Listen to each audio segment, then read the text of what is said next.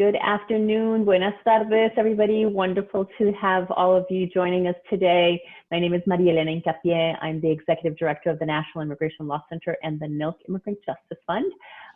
Today, we are having a discussion about immigrants are essential, including all of the immigrants, those of us on this panel today.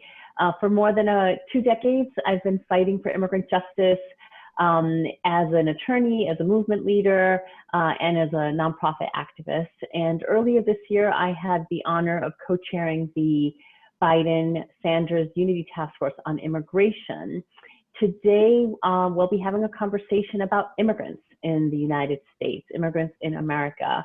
And we also want to acknowledge that as we're in the midst of the most important and consequential elections of our times, I often think about this as this is a fight for the soul of this nation. It is also a fight for our democracy. But for immigrants, it really is truly a matter of life and death. And so for all of you who are watching, we hope that you already have a plan to vote if you are able to do so, and that you vote for those who are not able to vote yet. And for those of you who are not yet citizens, know that we are fighting for you to be able to become a citizen one day. And we invite you to also make a plan with your neighbors, with your family members, with your loved ones. As many of us like to say, election day is not actually just on November 3rd. Election has already started. It's underway. Early voting is underway in many states across the country. And it's important that as you receive your absentee ballots, that please make sure you vote early, as early as possible. In May of this year, we at the National Immigration Law Center, along with our partners at Resilience Force, launched the Immigrants Are Essential campaign to partner with artists to create art that amplifies the stories of immigrants who are playing a critical role during this public health pandemic, to make sure that we all get to eat, because they're harvesting our food, they're helping to take care of our children, our family members, they're cooking the food that is being sold at restaurants, that they are delivering the products that we're buying online, right? Immigrants are playing a central role in this time in our nation. And the fact is that immigrants have always been essential. They are today and they will always be, and not because of the work that they're doing, but actually because of our shared humanity and dignity. And we have been really excited at the National Immigration Law Center to partner with Resilience Force. And with that, I'd like to introduce my co-moderator, Saket Soni, who is the Executive Director of Resilience Force, a national initiative to transform America's response to disasters by strengthening and securing America's resilience force. And Saket will tell you more about that and the great work that they're doing. Saket, over to you. Thanks, Marielena, and thank you for joining us to listen in and participate in this really timely discussion. My name is Saket Soni. I'm the director of Resilience Force, and the work I do centers around the people whose talent, whose labor, whose heart, and whose sweat drives our recovery from disasters, from climate disasters, from disasters like the pandemic. And it's been particularly busy this year for people in that workforce. We've had record floods, record fires, hurricanes, tornadoes, and of course, COVID-19. And what that means is that the people we rely on in the most normal of times are working harder than ever and at a greater risk than ever to help us all recover from the disasters that surround us. And what I learned from these workers, from the immigrants and non-immigrants, the US born and those who've come a week ago, a year ago, 10 years ago from other nations, what I learn all the time is that real resilience involves community. Real resilience involves storytelling. Real resilience comes from identity that is deep, profound. And we're here today to talk to people who are some of our best storytellers, some of our best activists, some of our best movement leaders. It's been a real honor to work alongside Marielena in the Immigrants Are Essential campaign that really seeks to remind people who are concerned with and applauding essential workers that many of those workers are immigrants, and seeks to translate the applause those workers are getting into the change they need, the systems change they need. But Marielena is right. Immigrants have always been essential, and I'm just really excited to be with three panelists today whose work is really critical to how we tell the stories of immigrants and how we build bonds between immigrants and non-immigrants. So thank you for inviting me to co-moderate, Marielena, and really excited to be with all of you. Great, thank you, Saket. And yes, today we have a really exciting group of changemakers, activists, and influencers who are joining us today and joining all of you who are watching. We'll learn from them about important topics related to immigration in America, and we'll also hear their personal stories, right? As Saket was just saying, storytelling is so critical, and we have some incredible storytellers here today who will be sharing not only their personal stories and their journeys, but also we're going to have a conversation about immigrants in our communities and in our families. So the first person I'm so excited to introduce, actor Emily Tosta, who's going to be with us, who's known for many incredible roles, but most importantly, she's been the lead on Freedom's Party of Five, a sitcom featuring the struggle of young siblings working to stay together after their parents were deported. And it's such an important story that so many people in our communities can relate to. We also have Tony Choi with us today, who is a longtime fighter for immigrant justice in our country. And he is the digital director with Immigrants Rising, one of our most important partners at the National Immigration Law Center. We love, love, love working with Immigrants Rising. And Saket, you are going to introduce my compatriota colombiana. I'll turn it over to you to introduce our final panelist. Yes, I get to introduce one of my favorite people in our movement, my friend Paola Mendoza. She is an author, she's an activist, she's an artist. She wrote most recently an extraordinary book called Sanctuary, which we'll be discussing a little bit in a little bit. And she is one of the founders of the Women's March. Paola crisscrosses between many, many movements, and we are really thrilled to have her with us. Thank you. And Paola, our first question will be for you. Over the course of the last many years, you've done lots of work on behalf of immigrants, for immigrants. You've brought many stories of migrants, refugees, children separated from their families, people hunted down and targeted in detention. You've done that work really tirelessly, and I'm just curious, what's motivated you and personally driven you to go where most people can't go or won't go and do that work? I will answer that question in 1 second, but first I want to give thanks to everyone on the panel, Saket, Marielena, Emily, my dear friend Tony. So wonderful to see you, and I can't wait to be able to do all of this in person, hopefully sometime soon. So thank you for your tireless work. And to everyone that's out there listening, thank you for tuning in, East Coast, West Coast, Central, country, internationally, wherever you are. We appreciate you here talking with us or listening to us talk. And hopefully we'll get your questions too. So why I do the work that I do, I get this question asked a lot actually, and I've had a lot of time to reflect on it. And I would say it's twofold. The first and foremost, the reason is essentially my mother and our story when we first arrived to this country. I am an immigrant from Colombia, as Marielena was saying.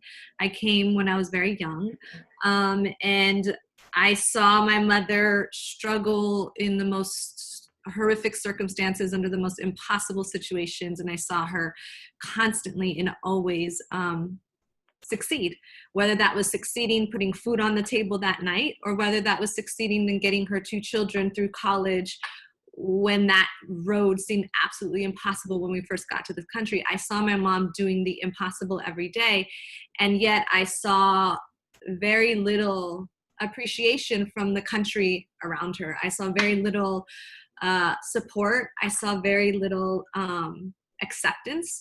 I felt that my mother was always a person who you would walk down the street and you would ignore her. You wouldn't see her. She was an unsung hero in my eyes. And so for me, when I decided to be an artist, I realized and I knew that I wanted to tell the stories of my mother. I wanted to tell the stories of the women who I saw growing up around me, who had very similar experiences to my mom. And that was my first impetus to celebrate my mom, because I never saw her celebrated as a child or as a young adult. And then when I started telling the stories and the story of my mother, I came into contact with such incredible people. Tony is a dear, dear friend who I met along the movement, and his story is amazing. And we've worked together for many, many years now.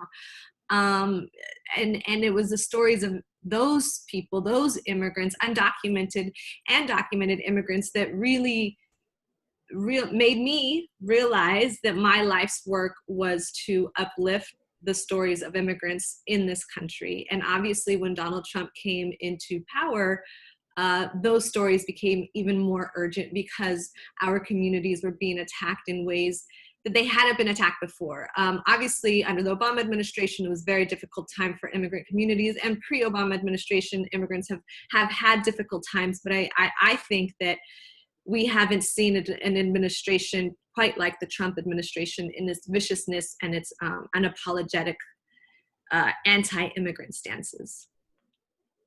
Yeah, gracias, Paola. Thank you so much. I think so many of us can relate to you and thinking of our mothers, right? I think of my mother and my father when we came from Colombia as well, right? Like our heroes.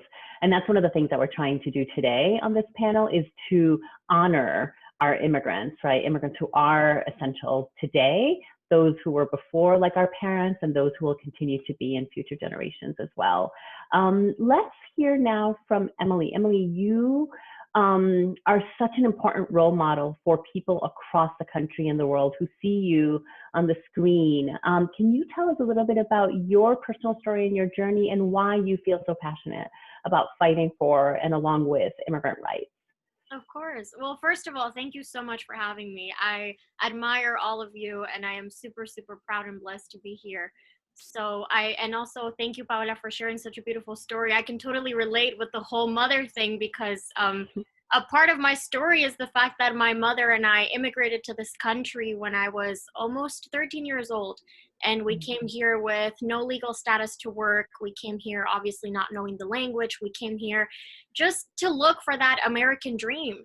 And, you know, since we stepped foot in this country, I have seen my mother work tirelessly to be able to, which is why I say that I can relate to you, Paola, because I have just seen my mother work tirelessly to figure out a way in which we could find legal status, to figure out a way in which we could help and support each other. And she has always been my hero. I mean, my entire life, she's been my biggest supporter as well. And we came out here for that. We came out here to pursue my acting career and to follow this dream.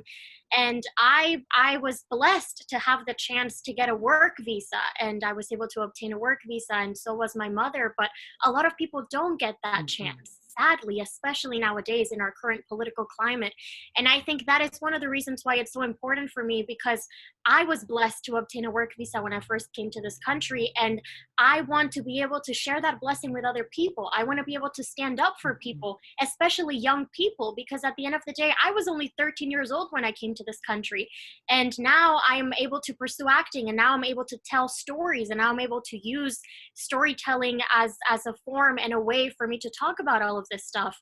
But it's just like, I want to be able to encourage young people to understand that you can do it too, because my little Dominican 13-year-old that came out here not even knowing English was able to do it. So I think that's why it's so important for me to be a part of these conversations, because I want people to understand that it is so important to empower the younger generations, because we are the future presidents. We are the future doctors. We are the future lawyers. We are the future of country. And that's why I am so honored to be a part of this conversation, because I hope that I can be that voice for my fellow younger people. Thank you. Saket, do you want to take it away? So the same question for Tony. Tony, tell us a little bit about your story and what motivates you. You're a DACA recipient. You're also a tireless activist and organizer. And I'm curious how you came into this fight for dignity and justice and what keeps you going. So, it's funny that you mentioned that, that I'm a tireless activist because, like right now under the Trump administration, I feel like I am a tired activist. We can all relate to that. Yeah. But, I think, there's a common thread in Emily and Paola's story and mine as well, and I don't think it's an accident. One of the key motivators in my fight is, women like my mother, who came to the United States by themselves and, and made a family family successful. My sister has a successful career now. I am relatively successful, I think, in my own right. And I think of women like that. Again, I don't think it's it's accidental that it's women who have bear that burden. I think of women like my mother, and I think of children like me, who came to the United States at a young age. And that's what keeps me going to this day. I don't know if you all heard, but recently the second lady of Pennsylvania, Giselle Fetterman, who was formerly undocumented, was called the N-word outside, at a suburban Pittsburgh place, and she did an interview afterwards. She herself was a formerly undocumented immigrant, and she says that at that even though she's a second lady of Pennsylvania, at that moment she was still that 9-year-old girl undocumented girl in the supermarket, feeling scared. And I think as an immigrant, as as an undocumented immigrant, and as a DACA recipient, really, I always revert back. I am still that 9-year-old who who came to the United States in the January of 1998. And I wonder what I can do to make the world better for those who are to come after me. I think of the children who are in the camps, who weren't that different from me when I first landed in the United States. So that's my motivation for what keeps me going. And again, I'm really honored to be part of this fight. And again, really thank you all so much for organizing this panel.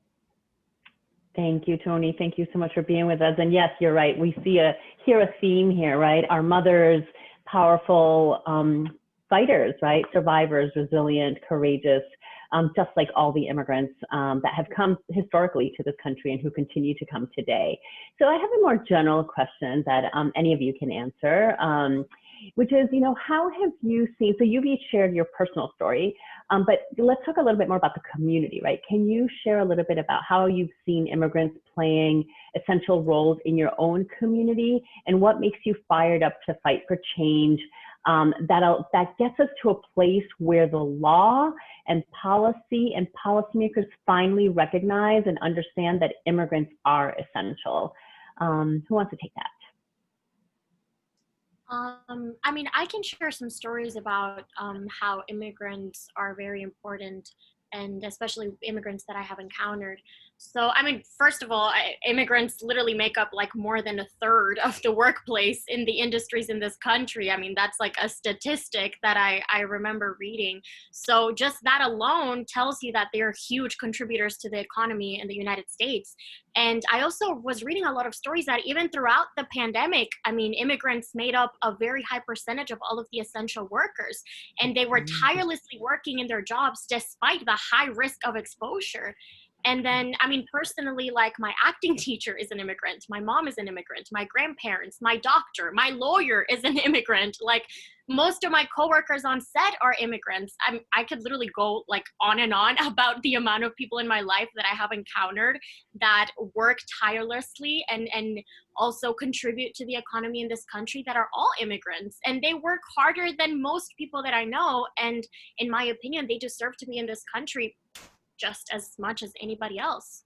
So I think that it's honestly kind of like a no-brainer how essential immigrants are in this country, not only economically, but also culturally. Like, we bring in so much culture into this place. Like, come on, our music, our food, like, Yes. it's just, there's so many beautiful things about our culture that we contribute to this country. And I'm proud to be a part of that.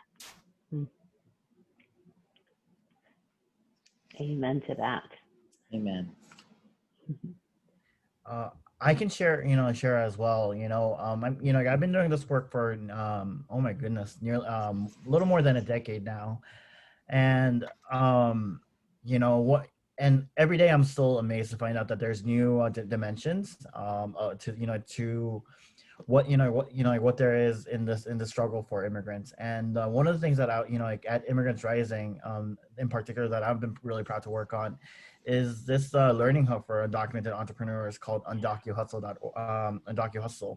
And it's through this work I've gotten to meet and speak with a lot of these undocumented entrepreneurs who are with not even with the work permit, are able to create industries out of almost like thin air through the through their sheer hard work, and to provide a living for those who depend on them, and again provide jobs for for their employees. And it's amazing how much undocumented immigrants still can and do contribute to this country. Everything from farm workers all the way up to entrepreneurs.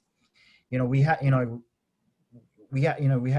this belief, and I think hope that America is a place where we can do it. And I think that's what really contributes to like our willingness and our strength to provide the most essential services and goods for Americans all over. Great. Paola, want to share thoughts?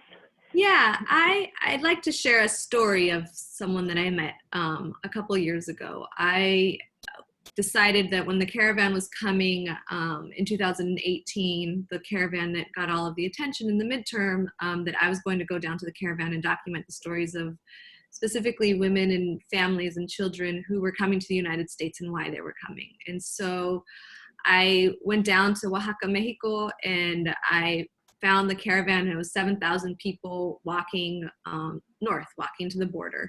And it was the most chaotic, uncontrollable, not in that it was out of control, but just uncontrollable, meaning that they didn't have a leader telling them what way to go. It was 7,000 people just walking north without a plan.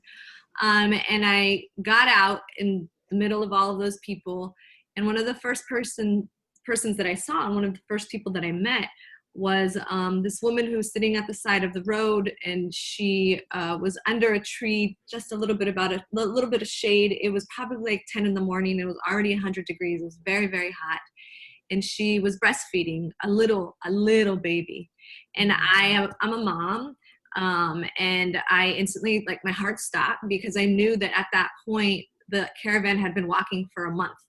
Most people had been on the road for a month. And so I saw this little baby being breastfed by this woman on the side of the road, who's dirty and disheveled. And then she had 3 other kids surrounding her. So I went up to her and I started talking to her, and her name is Rosa. And Rosa had left her home in Honduras on a whim one night, because she heard the caravan was walking through her town, and she was in a very, very abusive relationship, and she had 4 children. And she grabbed their paperwork, which is their birth certificates, a stroller, and a change of clothes, and a bottle of water, and she left that night. And she had a 3-month-old, a 2-year-old, a 5-year-old, and an 11-year-old. And the stroller lasted about a week, she said. And then after the stroller broke, because they were walking so much, and they were walking about 18 miles a day, what ended up happening is she was carrying the 3-month-old, the 11-year-old carried the 2-year-old, and the 5-year-old walked. And this was every day, 18 miles a day, about under really severe weather conditions, very cold at night, very hot during the day, not a lot of food, not a lot of water. And here she was 30 days in. I met her 30 days in, and she was basically about halfway to the border. And her story obviously was astounding and fascinating and impossible to imagine. But I also looked at these kids who I have a son, and at that time he was probably 5, the same age as the little girl, Kimberly.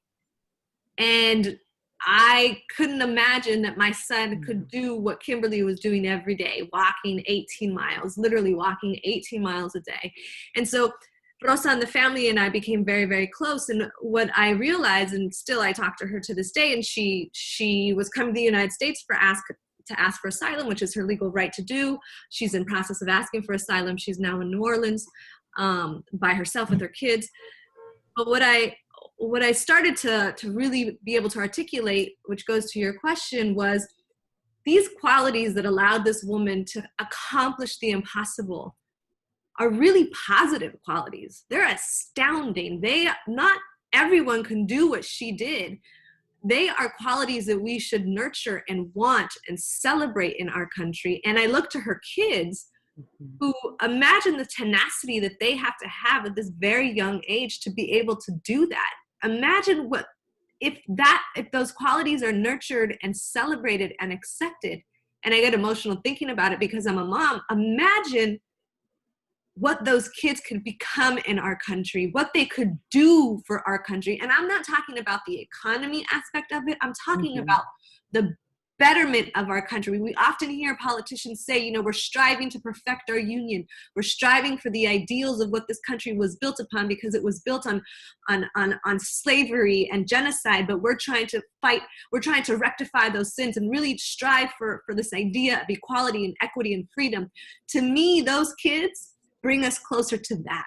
And that is why we need immigrants here. And that is why immigration should be celebrated. And that is why this administration needs to be called to task and removed from office, because all they have done for the past 4 years is attack us, hurt us, lie about us, just so they could stay in power. And we as a community and our allies and accomplices need to say on November 3rd and every day leading up to November 3rd, because the election is now, enough is enough. We will not stand for it. We will not side with your hate. We do not believe in what you believe in, and we want to celebrate and ensure the lives of these 4 children, as I was saying, that they can have a future in this country because they deserve to be here. Absolutely. Thank you, Paola. And what a story. And it just makes me think, not only if we could embrace that mom and her son and her kids, what could those kids become? What could that mom become? But also, truly, what could this country become? Right. If we learn to accept the gifts of all who are offering. I just came back from 2 weeks in the Gulf Coast where 2 hurricanes hit 6 weeks apart. And there are hundreds of people, men and women, entire families from countries across the world who are standing there waiting to rebuild.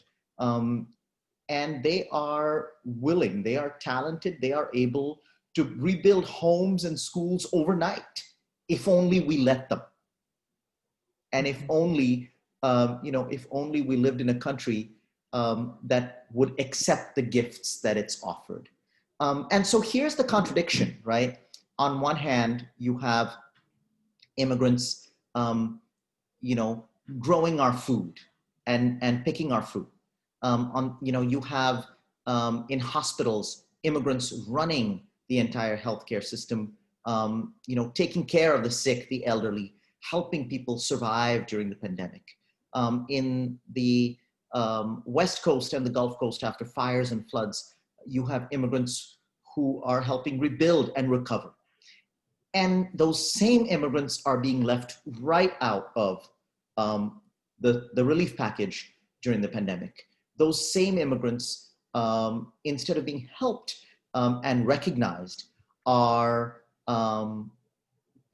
turning into political pawns in a much bigger game, right? Sacrificed for power. And you're right to focus us on November 3rd, and then we're thinking at the same time about January 3rd, right, and January 23rd. So my question to each of you is, 21 days away from the election, here we are, we're fighting, we're knocking on doors, we're convincing everybody we can to go vote. But we're doing it because we're committed to a set of priorities for the immigrant community. And what are your biggest priorities from where you sit, from where you come from? That's the question to all of you, is what is your biggest priority for the immigrant community that you're fighting for? And I'll ask you to go first, Tony, on that. I think, you're right. I mean,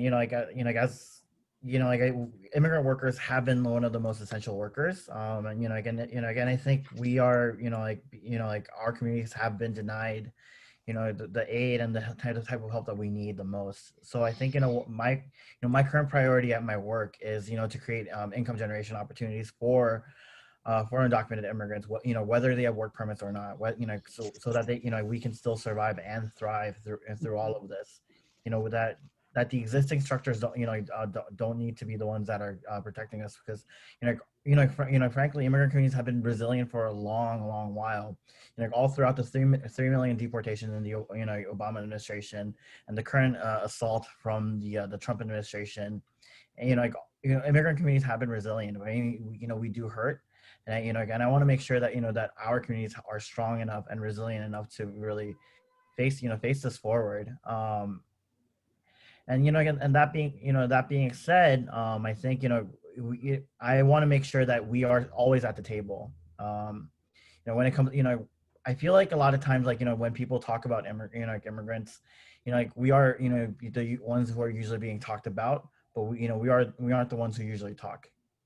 I think that's one of the big issues that are, I think, affecting the advocacy and the policymakers, is that we don't get invited to the table.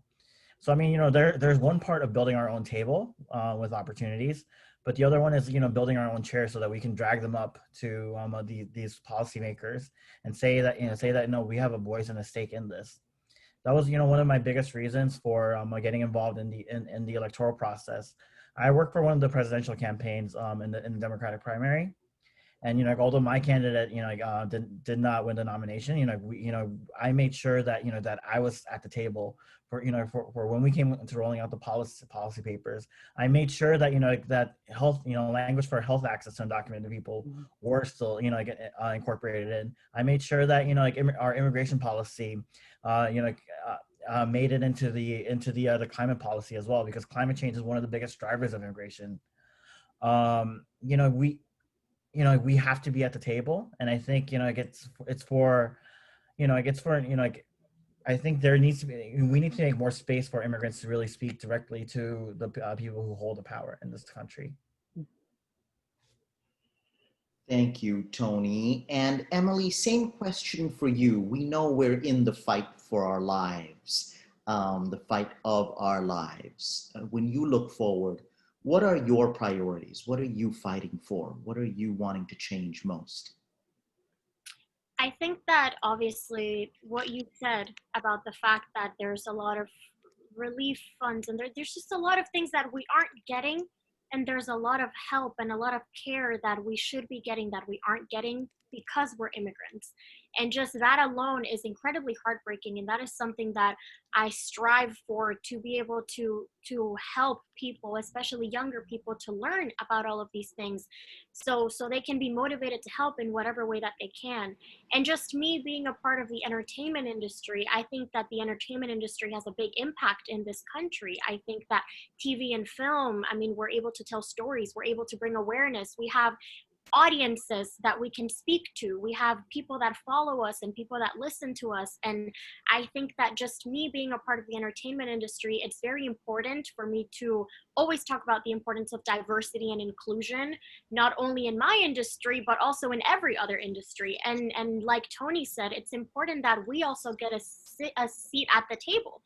And it's just like, even in my industry, there's a lot of discrimination. There's not enough representation for our culture. There's just like in other industries, the entertainment industry as well lacks that.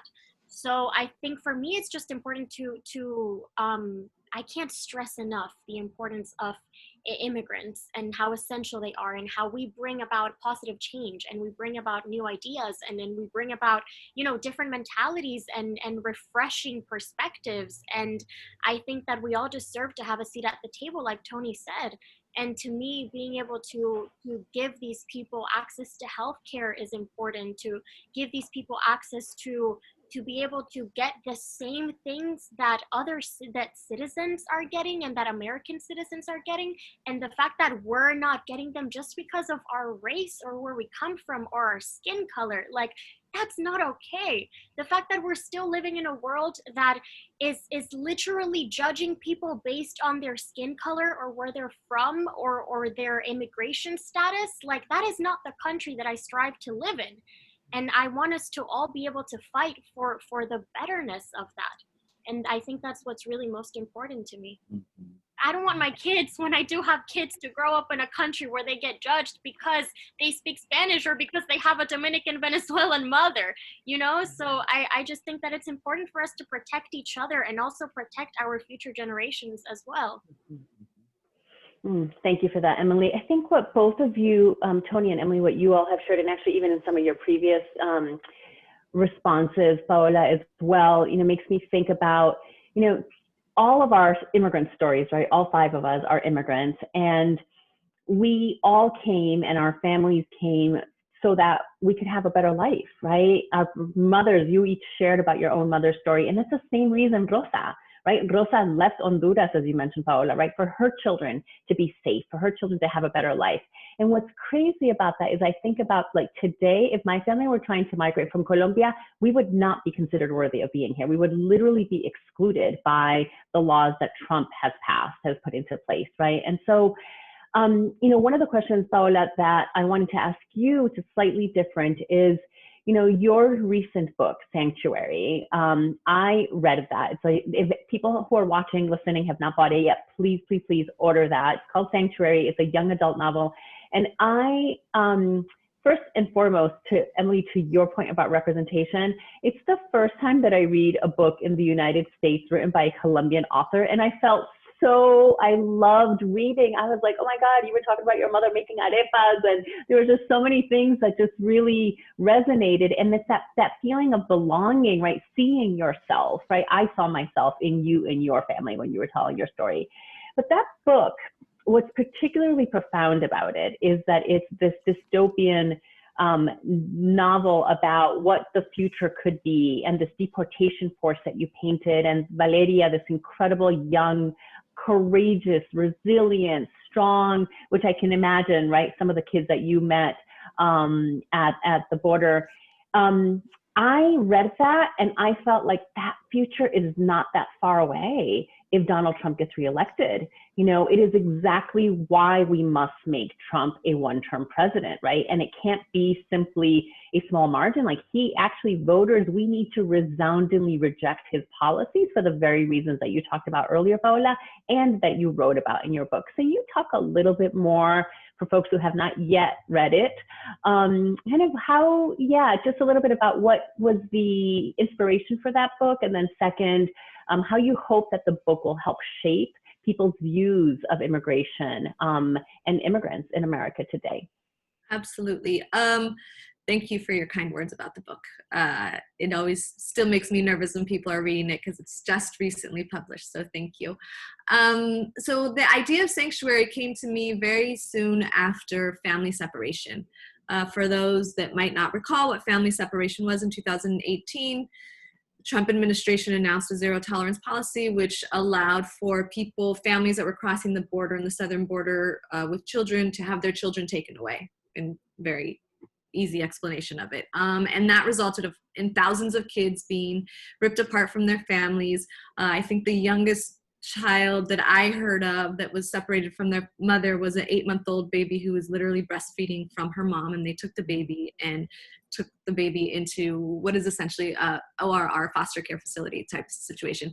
Still to this day, 2.5 years later, almost 3 years later, I guess now, there's still kids that have not been reunited with their families, and there's still families that are being separated at this moment. why that was an inspiration to the book is because I helped organize, and all of you on this phone, on the Zoom call, we're also fighting that fight too. I helped organize marches across the country to put an end to this policy. And tens and thousands, hundreds of thousands of people came out to the streets on one day and demanded the policy end. And the policy, as it was stated, ended, right? It became more difficult to separate families. And it was I don't even like to say a win, but we were able to stop a horrible policy from happening. But that moment made me think about, well, what would have happened if we wouldn't have said anything, if this awful policy would have been allowed to continue all the way through their evil vision. They had a really specific reason why they implemented this policy. And what if we wouldn't have said anything? What would that have allowed for the administration to continue to do? What if that was the floodgate to real horrific, awful human rights abuses? And I started to imagine the world of sanctuary. And the world of sanctuary is a very dark, scary place, not just for immigrants, not just for undocumented immigrants, but for anyone that's living in the United States. And then I asked myself, well, what is the answer to that horrible world that I created? And the character Valentina came into my mind. A 16-year-old undocumented girl would be the person, the thing that ignites a movement and a revolution.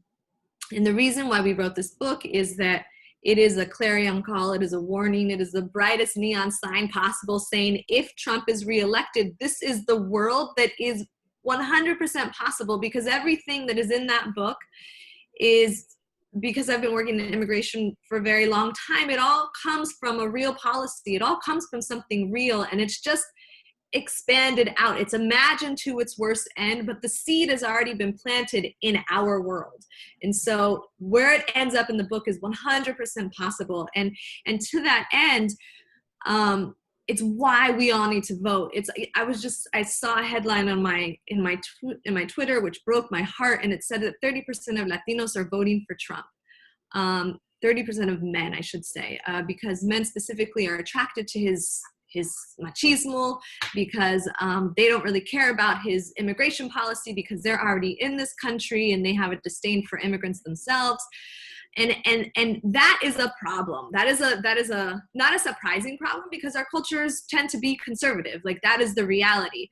But it's a problem when 30% of the population, the Latino population, men, are possibly voting for Trump. We as a community have work to do, and there is still time to be able to do that work, to really talk to our families, our tios, our abuelos, our hermanos, their papis, and tell them, have conversations with them, and let them know that ultimately a Trump for vote, as we know this, a vote for Trump is a vote against ourselves, because we might have papers now, but so much of the immigration policy that the Trump administration is putting into place, or has already started to put into place, is now starting to affect people with papers. It's starting to affect green card holders. It's starting to affect citizens who have been naturalized. All of that is real. And we need to see that we need to protect the most vulnerable, and in so doing, we then protect ourselves as well. Thank you for that, Paola. And it's so true. Like, we have so much work to do in our own families and in our own communities to educate people. You know, the fact is that Trump talks a lot about immigrants as criminals, as drug, rapists, murderers, etc., as bad hombres. But in fact, when you look at the policies, the majority of the policies have actually been chipping away at our legal immigration system, right? And, DACA recipients, right? People who have been young immigrants like you, Tony, right? Who've been relying on DACA as that protection, but still need to eventually get a permanent solution and be able to become citizens and voters. People with temporary protected status, people like Rosa that you mentioned, right, Paola, who have a legal right to apply for asylum but are being denied that. Refugees, Muslim families are being denied the ability to be reunited, although they're coming and have been vetted and have a visa to come, but are being blocked because of the discriminatory Muslim family. So many different things that actually are all about people with legal status, right? And so your point is so important about the importance of us doing that work within our families and our communities. And so a question, and we've got about 15 minutes left, so I do want to start wrapping up before I turn it over to you, Saket, which is, You know, voting is one piece, right? It's one of the most powerful things that people who have that right can exercise to show up for immigrants and support immigrants. But what other ways would you each say that people can show up for immigrants in an impactful way to support us and support our families? Particularly if you think about after the election, because I'm hopeful. I'm hopeful that all of the work that we are collectively doing to reach voters will result in Donald Trump getting defeated and electing the Biden and Harris administration. But we can't take that for granted. We have to do a lot of work between now and election day, the November 3rd. But let's assume for a minute, let's dream and let's hope and think positive that yes, we will win this election. What do you think people can do to continue the momentum to support immigrants after the elections? Tony, maybe we can start with you, and then Emily, I'll go to you next. So I think the moment in time that like we're like in right now is very similar to like Arizona in 2010 with the passage of SB 1070, and in California in 1994 with the passage of Prop 187. And like these are these are like two of the severe and harshest like immigration policies that we've ever seen in our lives. But now California is like decades ahead when it comes to how it treats immigrants. And I think Arizona is on the precipice of becoming becoming a state that's becoming more and more friendly towards immigrants. It's not only population change doesn't explain it all, and I think it's like an increased awareness of like the people's civic power of like organizing. And I think people really have like a deeper understanding of what what civic engagement beyond the ballot box really means in those places, and the implications that it has for immigrants. I think I see a lot. For example, Adriana Espaillat, Catalina Cruz. These are, and Wendy Carrillo. These are formerly undocumented people who are now in state legislatures and in Congress. And I think that's once we start running for office, once we start again, like as I brought it up before, start getting a seat at the table. I think that's what's really going to fundamentally change how we think and treat immigrants in this country. I think the work that Paola is doing is incredibly impactful and important. Making sure that we change the cultural narrative, not like through her book like Sanctuary, through her film of Free Like the Birds. I think those kinds of things are also incredibly powerful in transforming the way that we are talking about immigrants these days. I mean, I see my friend Jose Antonio Vargas and his relentless campaign to get the media companies to drop the I word, to stop calling us illegal. I think those that has been like a really like impactful and cultural moment that because even though we may win legislative victories, and even though we may win judicial victories, these cultural victories aren't the are the ones that can't be overturned. Once the culture starts shifting in one way, we can't stop it. So I think we have to go about it in all different directions, engage civically, and transform the culture that we are currently living in. Absolutely, could not agree with you more. Tony, how about you, Emily? I actually agree a lot with what Tony is saying, and I love that he used the word shifting our culture, because I think that is exactly what we need, especially right now in our current political climate. I think for me, something that has been really important is using my voice. I used to be almost even afraid to talk about these things because I'm a work visa holder myself, and I was like, oh my God, if I talk about this, or if I'm on social media, like, spreading awareness to these things, is that going to affect my legal status? Like, am I going to have to live in fear because I'm just expressing and using my voice to bring awareness about something that I stand for and that I believe in? And I think that it's important for all of us to remove that fear, to just really use our voices to talk about the things that matter, and to continue conversations like these. I think is incredibly important.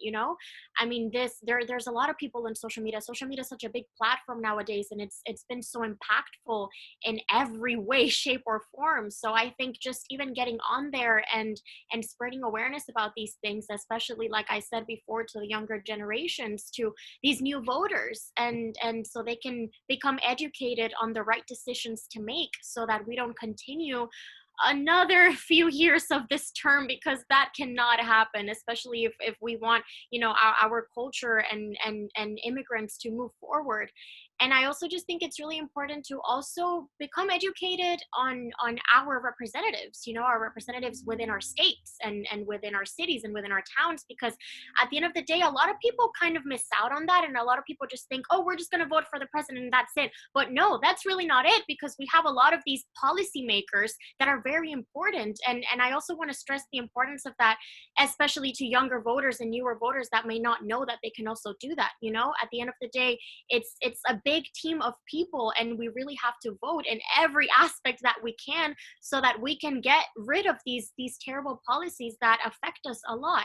And also, I really loved what Paola said about, you know, having conversations with your tios, with your tias, like with your abuelos and abuelas, because I have a lot of friends that because of social media, they have educated themselves so much on the topic of voting and on the topic of moving forward as a country. And then they sit down at family dinners and stuff, and they have these conversations, and their parents are like, wait a minute, hold on, that's very true. Maybe this can shape our idea or our older ideals that we thought were right. But once they hear younger people talking, like I've literally experienced that with so many of my friends. And I think that's such a beautiful thing, because we're literally able to shape their opinions by just talking to them about it and just having a conversation. And hey, that's one more vote, you know, for our side. And I just think that's really incredible, because at the end of the day, by having these conversations and then just sitting down and talking to people and really being open and honest about these things, we can really bring about change just by that alone. And I think that it's just important that we have to vote and work towards a country that is inclusive, a country that doesn't judge people, a society that doesn't judge people based on our immigration status. And I think that starts at the top, just like it starts at the bottom, you know, with our representatives, but also with just kids on social media. I think that there's so much importance in spreading awareness and in using our voices to stand up for what we really believe in. Thank you for that. Thank you, Saket? Emily. Okay, so I have been tasked with asking the $100 down to the wire rapid fire question. And I'll ask Tony first, and then Paola, and then Emily. And the question is, you know, as many of you said, there are people in our lives who are on the fence. There are many people in this country who are on the fence. With 21 days left till the election, people in our own lives, you know, in our families, in our network of friends, maybe in your fan base, Emily, or your readership, Paola, even among perhaps the kind of support circle around the entrepreneurs you support, right, Tony? There are people in our lives who are on the fence. And then there are lots of people in America who are on the fence just about immigration. And we need to talk to them, and we need to get them to vote. And so these people who are still on the fence when there's 21 days left, what would you say to them? Tony, with 21 days left, imagine a conversation you're having. What would you say with someone you know to get them to get off the fence and go vote? Okay, so I'm going to pretend that you are the person who are on the fence. Okay. My life and my life here depends on you being able to turn out to vote. And, you know, again, if you know, again, I can't personally make that decision for you, but, you know, like, I want you to know that I don't have a voice in our democracy that way, but you do. So, you know, will you vote on my behalf? Will you think of— Yeah, I don't know, Tony. I mean, I love you, Tony. You know I do, but I just don't know about this democracy. It just never works. It's a whole scam, you know? It may look like a scam, but voting is only the first step in making that change that you want to see happen. You know, again, if you just give up after voting, then I'm going to hold you accountable and make sure that we run to the finish line together. Okay, Tony. All right, I'm going to do it. I'm going to do it for you. Nice job, Tony. Okay, Paola. Good role playing, Tony. Oh Lord, I'm not sure if I can do that. Such good role playing. There's anyone in your life that is undecided or on the fence, not sure what to do, I think that I would offer to go to the polls with them and say, let's, you know, if it's my mom, let's make it a family affair. If it's my neighbor, I'll take you out to lunch afterwards. And if you can't go to the polls because it's unsafe where you live, because we're in the middle of a pandemic and it's been handled completely wrong, then help them fill out their vote. If it's by mail, I just try to make it, I would try and make it as easy for them as possible. And if the begging doesn't work, then I think the pandemic, Corona, COVID, how we are living at this very moment is a very personal reason. It's a selfish reason, and I don't say that in a bad way, but your life is being affected by Corona in this moment in a negative way, and voting will impact that. It might not change it drastically right away, but your vote will have an impact into making your life better in this moment in a pandemic. So if they can't have empathy for others, I would definitely talk to them about their own personal relationship to this moment in time. Thanks, Pao. Emily, same question. Yeah, I mean, I think they said very important points, so I'm just gonna sort of like piggyback off of what they said as well. I think our government very clearly mishandled our current pandemic situation in this country, and I think that a vote for a new government would be a vote for definitely the betterness of the current situation when it comes to COVID-19. I also think that if you are an immigrant yourself, or if you know an immigrant, or if you have somebody that's an immigrant that's important in your life, a vote against Trump, I'm going to be a little voiceful here, a vote against Trump is a vote for yourself and for the life of that immigrant and for the life of any immigrants in your life. And that's just the plain and simple truth. And I think that it's important for us to not live in a country of sexism and racism anymore. I think that I am very tired of living in a country that is guided by such negative beliefs. And I'm assuming all of you are very tired as well, to continue this misogyny and this racism and these horrible negative talks about where we come from and our culture and our countries. So I think that people should definitely keep all of that in mind when making their votes. Thank you, Emily, and thank you all for that compassion and that bravery and that frankness. And I just hope that if you're sitting at home watching this, that this is a dress rehearsal for what you're going to do this evening and for the next 20 days after that, up until Election Day. And with that, Marielena, we have a few minutes left, and I'll turn it over to you to close. Great, thank you, Saket. Yes, I hope that everybody has been inspired by our essential, amazing speakers today, Emily and Tony and Paola, and to you, Saket, as well. Really just wonderful to be here in community with all of you. These elections, as you've heard from all of us, really, this is not just about immigrants. Really, this is about our democracy, which is at stake. We need to understand that Trump's anti-immigrant, xenophobic agenda is about undermining and chipping away at our democracy and slowing down the demographic shift in our country. And so there's so much at stake. For those of you who have the right to vote, please take a pledge. Take a pledge to vote with us and vote for immigrants who cannot yet vote. Like Tony said earlier, vote for him and vote for everybody. Vote for Rosa's children. So we ask you to take that pledge.